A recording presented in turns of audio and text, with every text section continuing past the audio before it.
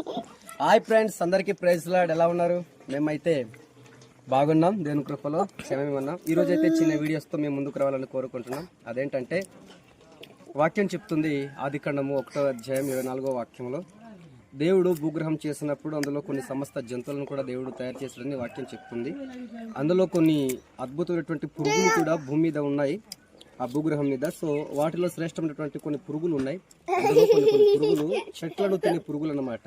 ఆ పురుగు ఎలాగైతే చెట్టును తింటే ఆ చెట్టు చనిపోతుందో, అదేవిధంగా మానవుని కూడా దేవుడు చెట్టుతో పోల్చాడని వాక్యం చెప్తుంది. సో ఒకసారి ఆ పురుగుని మనం చూపించబోతున్నాం. ఒకసారి చూపించు ఫ్రెండ్, చూద్దాం ఫ్రెండ్స్.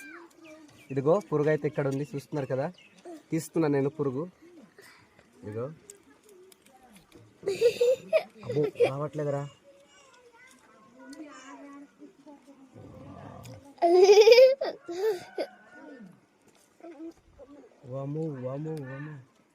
అదిగో పడిపోయింది. సో నేనైతే చూపిస్తాను. ఇదిగో కాలి బూడిదైపోయింది ఇది. సో ఇలాగే ఎవరైతే పరిశుద్ధంగా బ్రతికి, నీతిగా బ్రతికి, పాపం చేయకుండా, చెడు కార్యాలకు వెళ్లకుండా ఎవరైతే మంచిగా బ్రతుకుతారో వారు స్వర్గానికి అంటే పరలోకానికి వెళ్తారని, లేనిపోని చెడు క్రియలు, దుష్టక్రియలు చేసిన వారు నరకానికి వెళ్తారని పురాణాలు చెప్తున్నాయి, బైబిల్ కూడా చెప్తుంది. మేము చెప్పేది అందులో కొన్ని ఆధారాలుగా మేము చెప్తున్నాం. సో మీరు కూడా చెప్పిన మాటలు విని మంచిగా బ్రతికితే పరలోకం వెళ్తారు. లేకపోతే ఈ పురుగు ఎలాగైతే ఈ చెట్టు లోపల ఉండి అగ్గి మంట పెట్టినప్పుడు కాలిపోయిందో, అలాగే యుగాలు నరకములు వెళ్ళి కాలుతారని వాక్యం చెప్తుంది, పురాణాలు కూడా చెప్తున్నాయి. ఫ్రెండ్స్, మీరైతే జాగ్రత్తగా ఉండాలని, మాటలు విని లోబడి మంచిగా బ్రతకాలని మేమైతే కోరుకుంటున్నాం.